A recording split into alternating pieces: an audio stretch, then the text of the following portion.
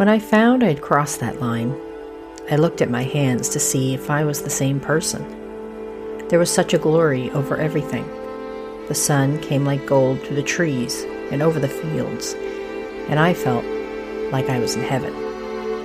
Harriet Tubman.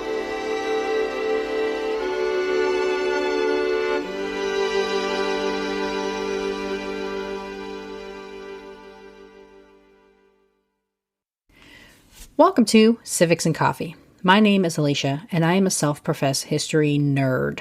Each week, I'm going to chat about a topic on U.S. history and give you both the highlights and occasionally break down some of the complexities in history and share stories you may not remember learning in high school, all in the time it takes to enjoy a cup of coffee.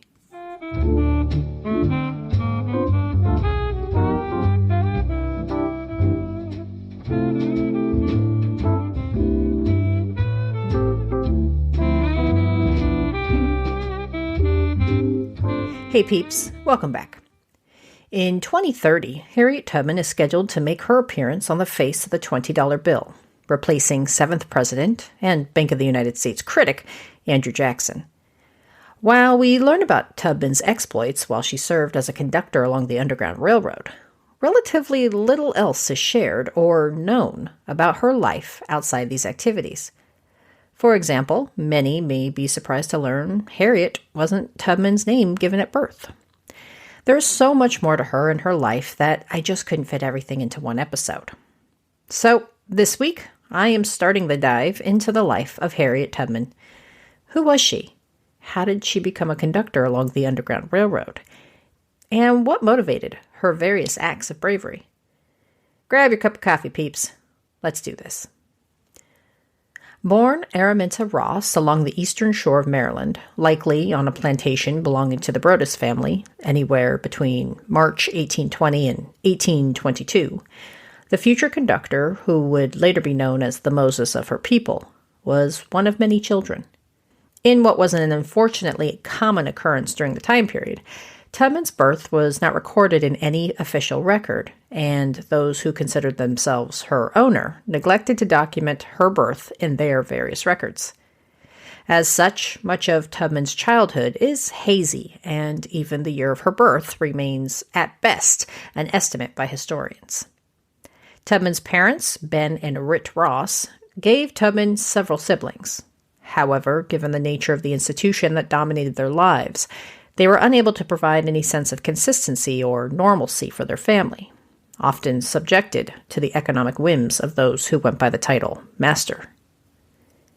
Despite the constant fear of being separated from their family, both Ben and Rit maintained a sense of quiet strength that served as an influence to Tubman later in her own exploits. After losing several daughters to the auction block, Rit learned a slave dealer from Georgia was in town, and one of her sons was due to be sold. In a daring and dangerous demonstration of rebellion, Rit successfully hid her son for over a month to prevent the sale. Stashing her son Moses in the woods or with friends, Rit evaded her master's desire to sell off a member of her family. In an attempt to compel her to give up her son, both Edward Broaddus and the Georgia slave trader journeyed to the slave quarters.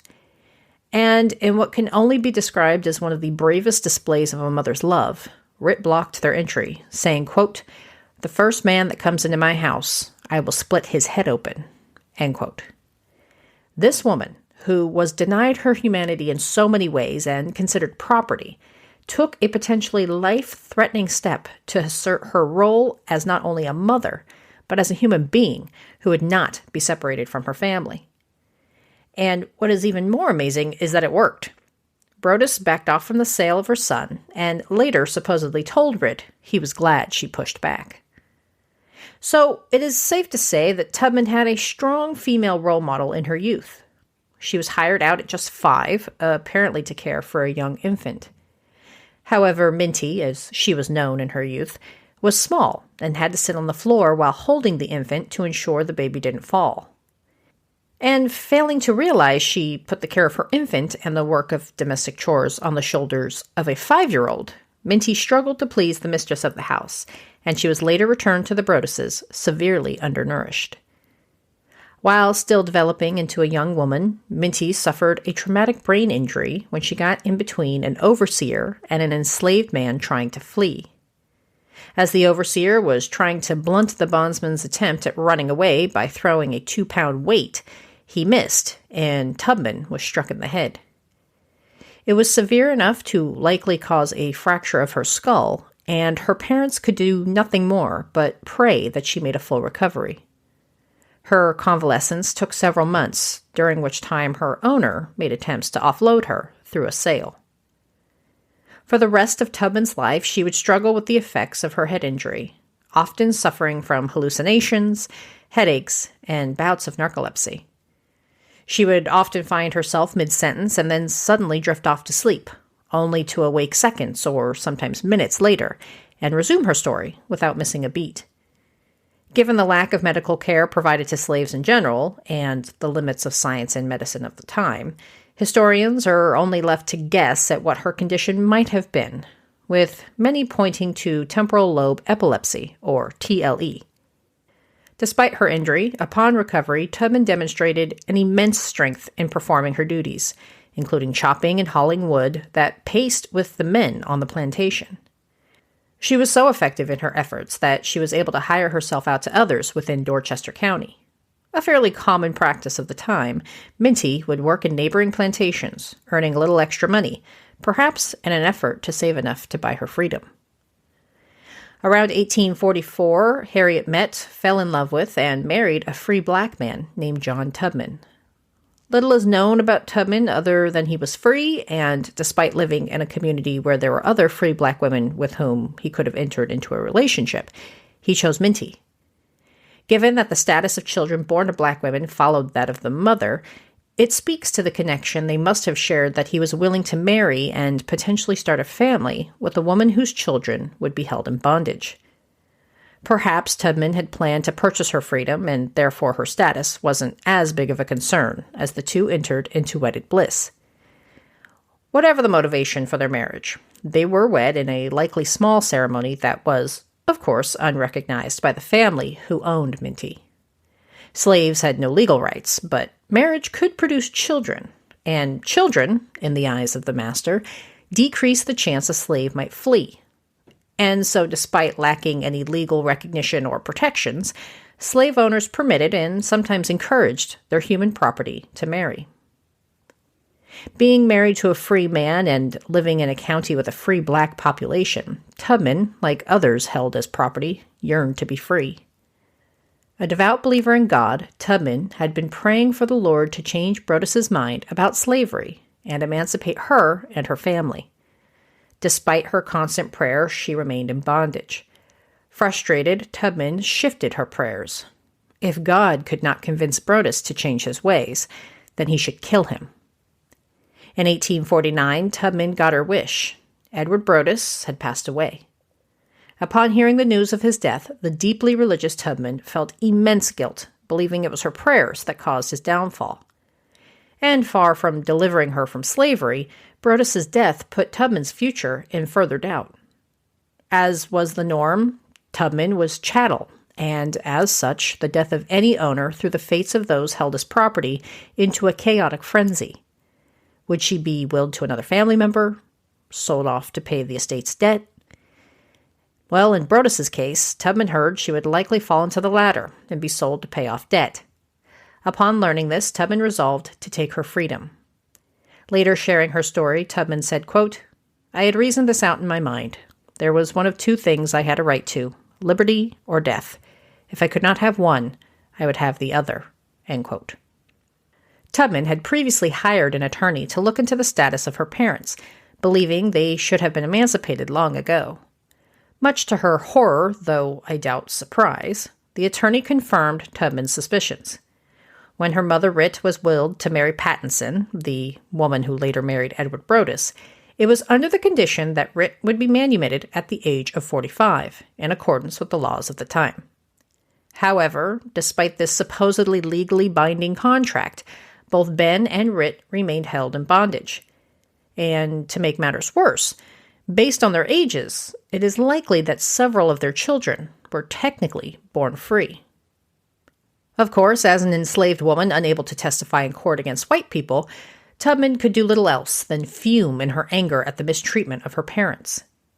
It also justifiably made her distrustful of the white race and made her choice clear. As historian Catherine Clinton argued, quote, "It was the discovery of this betrayal that fueled her resolve to liberate herself," end quote. And so it was. One night in September 1849, Tubman took matters into her own hands and emancipated herself. Residents of Dorchester County permitted enslaved men and women a bit of freedom of movement to attend things like church service or even visit fellow family members on neighboring plantations, and so Saturday was considered the optimal time to make an escape. Because Sundays were often the free day, the soonest owners may notice a missing bondsman would be Monday, and the earliest an announcement could be placed into a newspaper was Tuesday. This gave Tubman the much-needed head start she required in order to capture her freedom. Details surrounding her self-liberation remain elusive. Tubman herself shared very little, only that she was aided on her journey by a white woman who supposedly wrote her a pass to get her to the next station on the Underground Railroad. By the time Tubman took her freedom in 1849, the railroad was already well established, with various freedom lines available for Tubman to follow. Despite this, the journey was still dangerous. Tubman had to travel nearly 90 miles by foot, traveling at night with only the North Star as her guide.